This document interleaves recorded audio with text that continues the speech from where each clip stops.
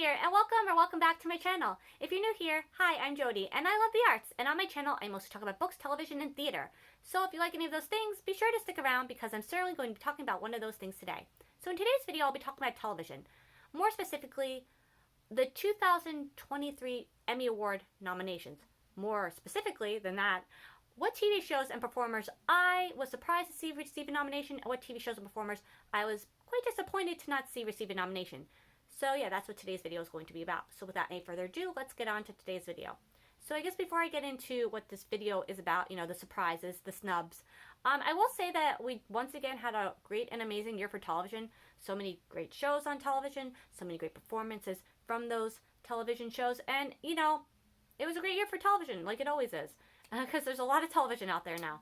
But as with any year, with so many television shows out there now, there's bound to be TV shows and performers that get overlooked. And yeah, I'm just going to be talking about, what TV shows and performers I thought got overlooked for this year's Emmy Award nominations. So without any further ado, again, because I probably said that already, I will be starting with the TV shows that I was surprised to receive a nomination. But when I say surprised, I don't mean in a bad way. I mean I was pleasantly surprised. I was very happy to receive a nomination. I have a notebook beside me where I wrote all my thoughts down, so because I tend to forget what I want to say if I don't write it down. So if I look down every once in a while, that is why.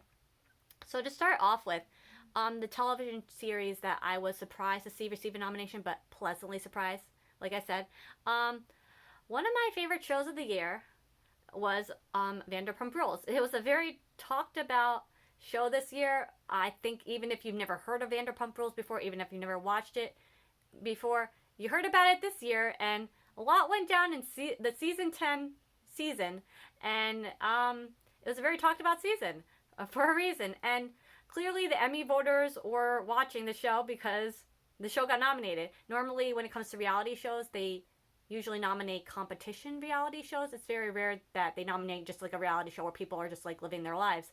So I mean, I love Bravo, so I was so very happy and pumped, if you will, Vanderpump, to see the show receive a nomination. And I like to say Vanderpump Rules this season, especially the finale, was the TV event of the year. Like, forget the Super Bowl. It was Vanderpump Rules. And yeah, I'm like super happy to see it receive a nomination. It did receive 2 nominations, and one was for editing of a reality show. I was assuming if that did get nominated, like in that category, it would have been for the finale, because that finale, the way they edited everything, was pretty amazing.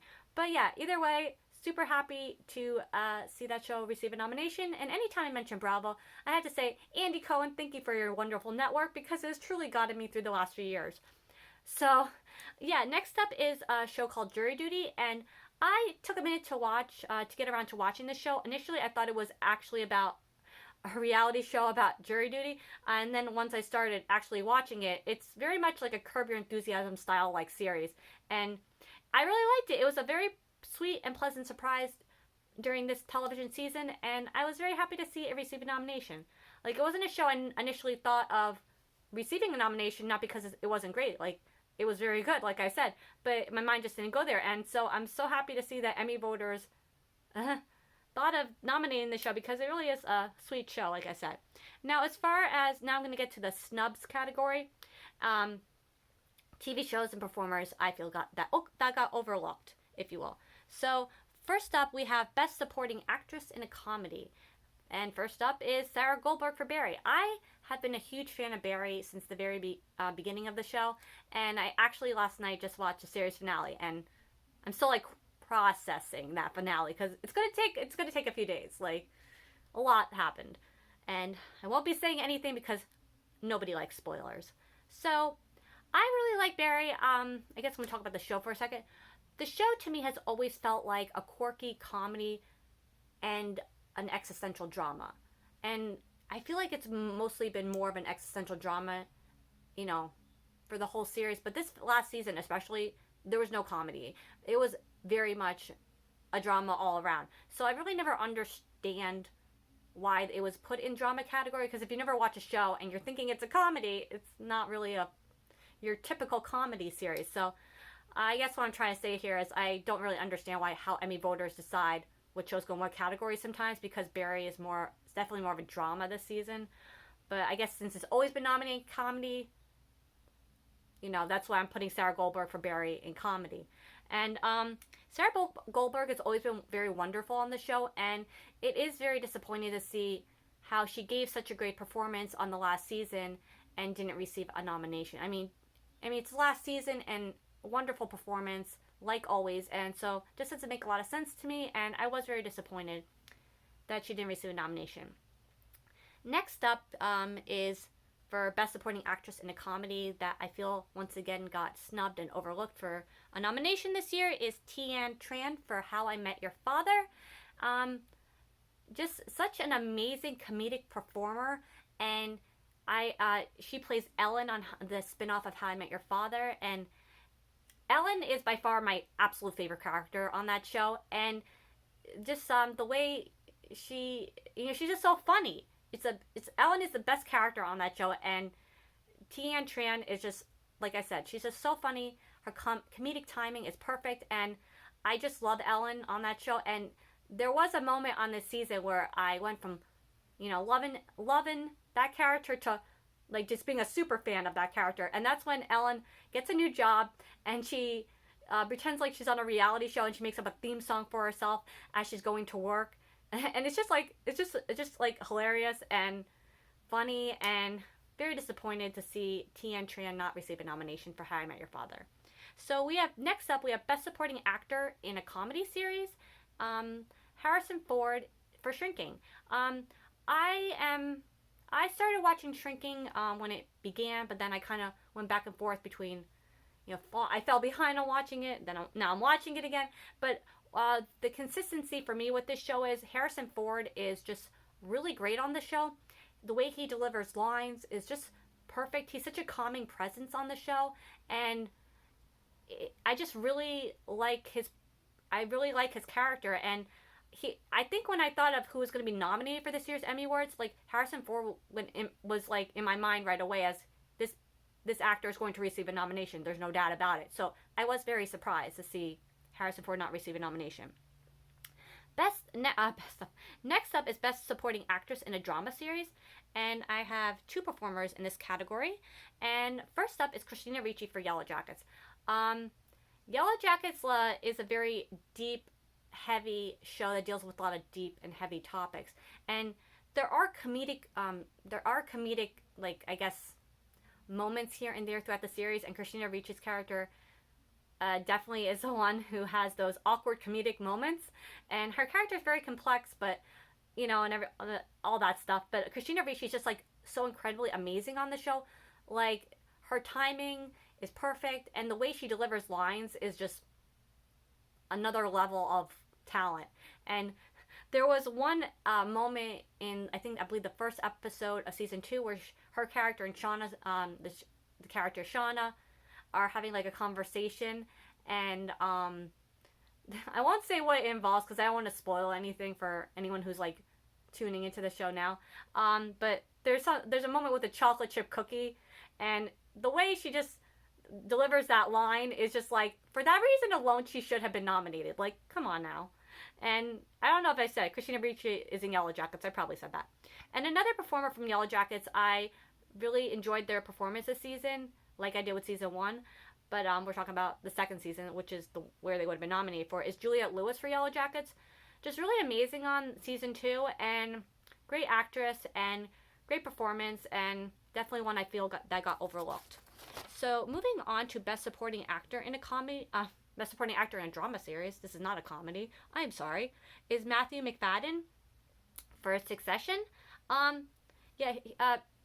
He plays Tom on Succession, and I was really surprised to see he didn't receive a nomination. His character was one that likes to like start all the drama, so he had a lot of memorable scenes. So, or maybe not start the drama, but usually is in the drama. So I was very surprised to see him not get a nomination and be overlooked. Okay, so now Best Actress in a Comedy Series. First up, I'm only going to be talking about one performer, and that is Helena York. Now, to say I was surprised and disappointed that Helena York did not receive a nomination for the other two for season 3, is an understatement. When I thought of like with Harrison Ford, when I thought of performers who were going to receive a nomination, Helena York was just like one that like went in my mind right away, because how do you overlook this her performance for season 3? It was like very memorable, and Helena York is just an amazing actress. She has perfect timing.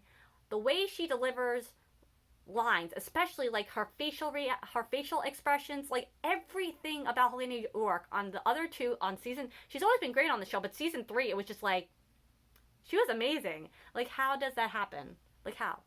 Like, I don't get it. I really don't get it.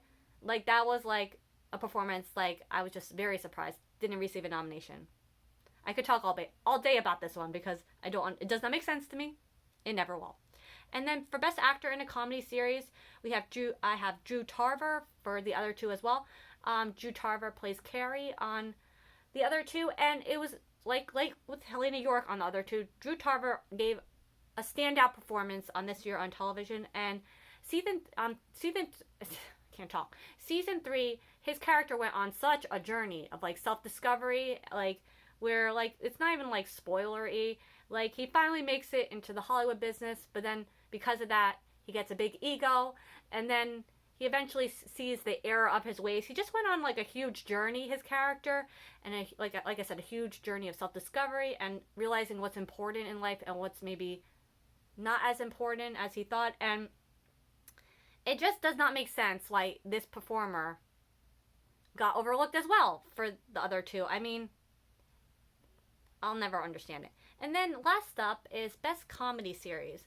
And these are shows that I really enjoy that I feel got overlooked. I'm only talking about comedy because I realized when I was thinking of shows that I feel got snubbed, I mostly thought of comedy series. I guess I do watch drama series. I definitely did do throughout the year, but I guess I've watched more comedy than drama. Probably because I'm extra depressed and I'd rather laugh than cry. So, yeah, first up is going to be How I Met Your Father. This is a show I absolutely love. Well, actually, all 3 shows that I'm going to talk about. You know those shows where, like, the night they premiere on television, you're like, you want to watch them right away? That's these shows for me. And How I Met Your Father is just a show I want to watch the moment it's on television. And it's one of my favorite TV show spin-offs ever. And TV show spin-offs are very hard to do, as you all know, who watch television. To make the show not only good, but also make it so it is just as good as the original series is really a difficult thing to do. And How I Met Your Father is one of those shows that just works, and it feels like it's its own show while also, paying like tribute in a way to the original series. It has like, little Easter eggs here and there from the original series, and performers from the original series have been on the show as well. And it's just a show that's like a classic. It's a classic kind of comedy. It makes you laugh. It makes you think. It's emotional at times, but it's like, a lot of the series and Best Comedy Series for this year's Emmy Award nominations aren't technically like full-on comedy series, and this is a full-on comedy series. And I wonder sometimes if like the existential comedy drama series, had their own category, maybe a show like How I Met Your Father would have been recognized, because it's a comedy. And then next up is The Other Two. And I've always liked The Other Two. I, began watching the series when it was on Comedy Central before it moved to HBO Max, which is now just Max. But I've always loved the show. But season 3 really kicked it up into high gear. It's like, it's just, the season was amazing. The storyline was hilarious and thought-provoking and deep at times. But it was just an overall amazing season. And just like a wonderful show and a wonderful season. I believe it's the last season for this series. So, what I really love is, Broadway and theater. And they did film an episode inside a Broadway theater. And I was trying to see if I could tell what theater it was, but I couldn't. So if any of you out there have watched that episode that I'm talking about in season 3, let me know what theater that is, because I haven't been seen any Broadway shows in a while, so I couldn't quite tell. But yeah, it was a great season. It was funny and thought-provoking and deep and everything, and the performances, it's just like everything. I'm just gonna be repeating myself at this point, but I absolutely love season 3. It does not make sense to me that it didn't receive a nomination, and I guess I'll just leave it at that, because I'll just be going in circles here. And last up but not least is my absolute favorite network TV comedy on network TV, and that is Ghosts on CBS. I absolutely love Ghosts on CBS.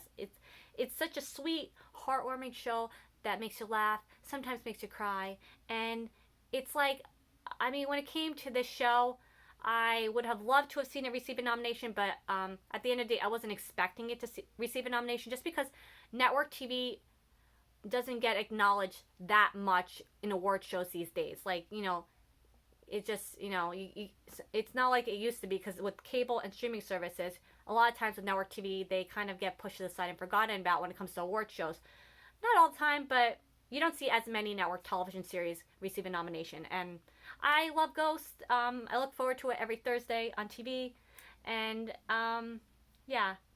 So I would have liked to have seen that show receive a nomination, but I wasn't expecting to, but I was still disappointed. So yeah, that's going to be it for my thoughts on all that stuff on this year's Emmy Award nominations, surprises, and snubs. And let me know in the comments what TV shows and performers you feel got overlooked at this year's Emmy Awards, or what TV shows and performers you were surprised to see receive a nomination. Let me know in the comments. So that's going to be it for today's video. If you made it to this portion of the video, thank you so very much for continuing to watch and still watching this video at this point. And yeah, thanks again, and until next time, bye.